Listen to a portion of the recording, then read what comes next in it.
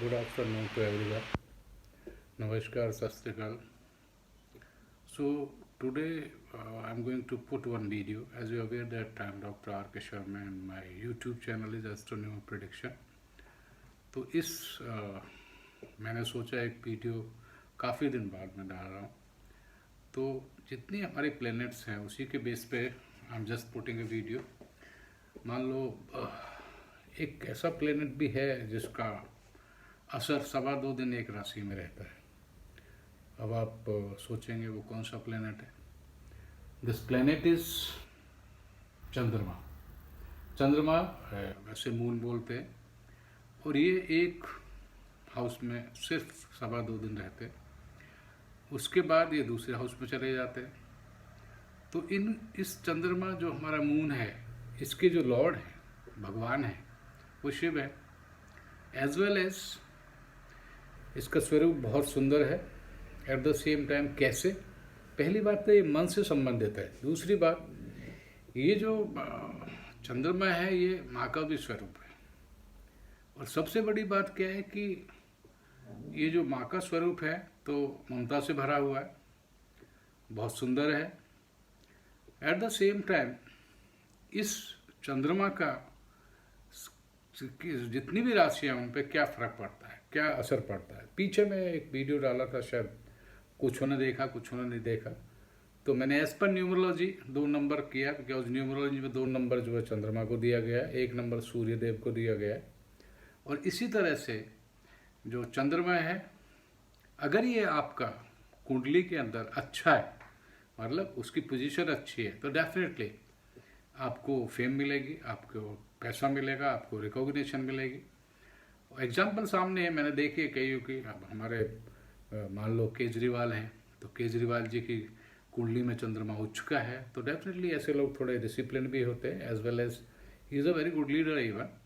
और वैसे भी IRS मतलब पढ़े लिखे हैं. एट द सेम टाइम हमारे मोदी जी की कुंडली में चंद्रमा लगन में बैठा है और वो लक में एक्चुअली में है, बेसिकली लॉर्ड ऑफ लक. तो जो मोदी जी की कुंडली है उसमें मंगल भी है, बट मंगल और स्कॉर्पियो एज वेल एज चंद्रमा.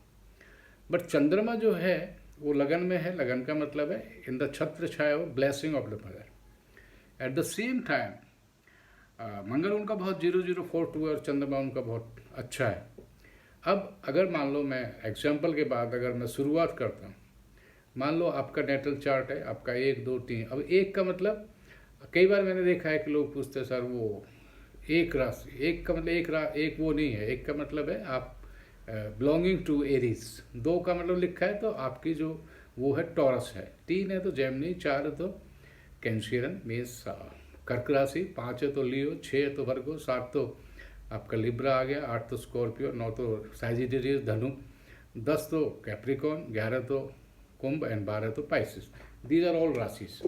अब मान लो मैं चंद्रमा आपका पहली में आ गया, तो पहली बात मैं पहले ही कह चुका हूँ कि कोई भी प्लेनेट अगर आपकी लगन में है, अगर आपकी लगन में है यानी कि अगर आपका वहाँ 1 लिखा हुआ और चंद्रमा आ गया यानी चंद्रमा वहाँ पे है, दिस इज योर बेसिक कुंडली, राइट. ये ध्यान से रखना, क्योंकि आपका जो बेसिक्स कुंडली है जब आपका पैदा हुआ और वहाँ पे चंद्रमा आपकी लगन में आ गया, तो इस चीज़ को आप ध्यान रखना कि आपका जो चंद्रमा है वो किस में बैठा है, लगन में बैठा है. It is very strong, no problem. 2 में आ जाए मीन्स टॉरस में आ जाए तो इट इज़ डेफिनेटली उच्च का, क्योंकि टॉरस मीन्स वृष राशि. तो एक मैं बता दूं कि वृष राशि का मतलब क्या है, आप समझ सकते हैं कि those who are really hard work with their मन, यानी कि दिल से काम करते हैं जो, तो वो उच्च का माना गया है. टॉरस में बिठा दिया, तो टॉरस का मतलब शुक्र के लॉर्ड हैं उसके, बट जब चंद्रमा वहाँ आता है तो उसको उच्च का माना गया है.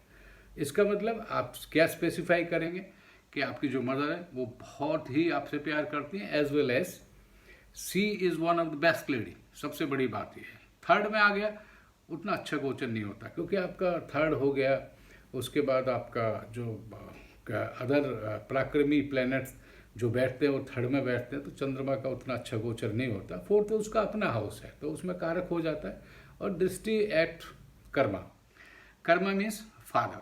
इसका मतलब क्या हुआ कि चंद्रमा आपको प्रॉपर्टी भी देगा, इसमें कोई दो राय नहीं है। चंद्रमा क्योंकि मन का कारक है तो कर्म से भी संबंधित हो गया, क्योंकि चंद्रमा की दृष्टि कर्म के ऊपर है। एट द सेम टाइम मन और कर्म का एक बहुत बड़ा रिलेशन है। कहने का मतलब है कि अगर आपका मन यानी कि आपका अगर चंद्रमा अच्छा है तो आप कर्म डेफिनेटली अच्छे करेंगे और आप बहुत प्रोग्रेस करेंगे, इसमें कोई दो राय नहीं। Next when I come to the fifth, it's Leo. Definitely मित्र हैं सूर्य और चंद्रमा, तो फिफ्थ में आपकी रिकॉग्निशन है, उनको बढ़ोतरी होगी, अच्छा लगेगा और आप बहुत बढ़िया कर सकते हैं। बट उतना इफेक्टिव नहीं होता क्योंकि ये डिपेंड कर गया सूर्य पे, क्योंकि Surya is always giving the light to the Chandrama. You understand my, Surya is father and Chandrama is mother. तो आप ये समझ सकते हैं कि इनका रिलेशन क्या है। At the same time when you it comes to in sixth house means अब सिक्स्थ हाउस में इसका कोई अच्छा नहीं होता, इसमें आपका मन वेरिएट्स करेगा। Variate in the sense fluctuation करेगा, और फ्लक्चुएशन का मतलब कि ये करें कि वो करें, तो आपकी समझ में नहीं आएगा कि करें क्या। चंद्रमा जब सेवन्थ हाउस में आया तो इसका भी अच्छा है, क्योंकि वो शुक्र का घर है तो स्ट्रांग ही होता है, वहाँ पे कोई ऐसी प्रॉब्लम, क्योंकि मैंने अभी बताया कि जब ये 2 नंबर लिखा हो टॉरस का हो तो वहाँ उच्च का हो जाता है। But at the same time तुला राशि में भी चंद्रमा अच्छा ही वो रिजल्ट देता है, इसमें कोई दो राय नहीं है। और बता दूं आपको कि दोनों के दोनों planets, either it is Venus और द चंद्रमा, इसको फीमेल प्लैनेट्स कहा गया है। चंद्रमा की जो अष्टम में आए तो मन बिल्कुल नहीं लगेगा, मैं आपको सच बता दूं। आपका मन जो है हमेशा वेरिएट करेगा, फ्लक्चुएट करेगा, आपकी जो प्लानिंग्स हैं वो अनसिस्टमेटिक होंगी, तो डेफिनेटली आपको इसमें थोड़ा गड़बड़ होगी। चंद्रमा 9th में आए, अच्छी डिग्री है, डेफिनेटली आपका लक चमकेगा। But blessing of mother always required in the case of Chandrama, क्योंकि चंद्रमा माँ का कारक एक की तरह से माँ है। तो आप ये समझ सकते हो कि बेसिकली अगर आपने वाकई ज़िंदगी में प्रोग्रेस करनी है तो blessings of mother always required, और अगर ऐसा होता है तो आपका चंद्रमा लक में काम करेगा। 10 और 11 तो देखिए कर्म और उसका है। इवन देखिए शनि और चंद्रमा की बनती नहीं है, even Capricorn and Aquarius. But at the same time as per natal chart अगर चंद्रमा कर्म में आता है तो अब ये डिपेंड करेगा कि आपका जो मन है वो कैसे काम कर रहा है, उसी में आपकी जो डायरेक्शन है it will be given by Shani. Shani Dev हमेशा कर्म को देखते हैं, और जब आपका अगर स्ट्रांगली आपने अच्छा काम किया तो डेफिनेटली आपको प्रॉफिट भी हो जाएगा।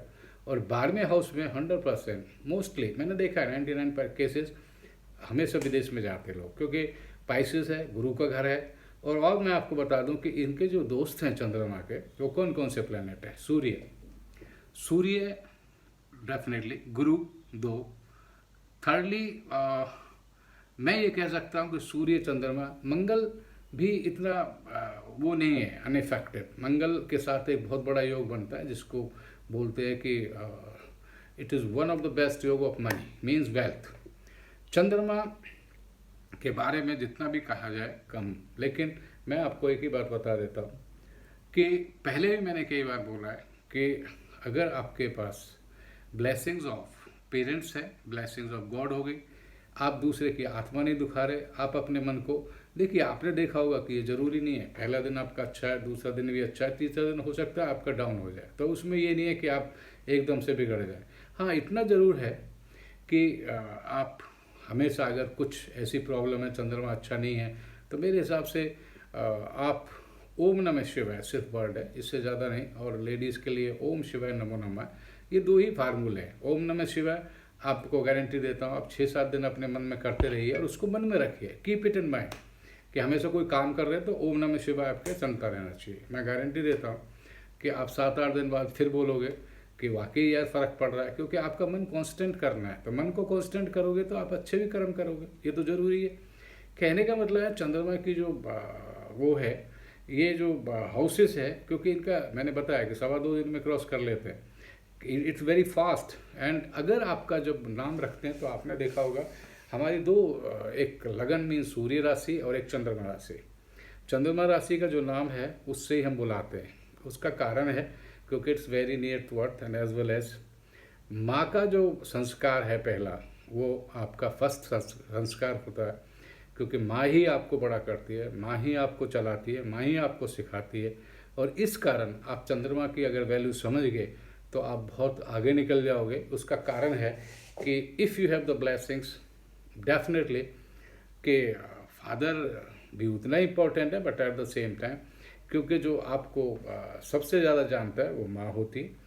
और इसलिए मैं एक ही बात कहूँगा कि always try to always respect your mother as well as your father, but at the same time कि अगर आपका चंद्रमा अच्छा नहीं है तो डेफिनेटली, और आपकी लक में बैठा but you are not getting success 100%, आप सुबह उठिए, चरण स्पर्श कीजिए मदर के। आपको सच पता है ये छोटे छोटे तरीके हैं, मैं ये नहीं बोलूँगा ये अंगूठी पहनो वो अंगूठी पहनो, कोई ऐसी गायत्री मंत्र आपको आते वो भी कर लीजिए, क्योंकि उससे भी ओम नमः शिवाय की मतलब शांति आएगी। उसके बाद शिव आपके घर में तो उनकी पूजा कर लीजिए। मेरे हिसाब से ये सारी चीज़ें जो छोटी छोटी हैं जो आप कर सकते हैं।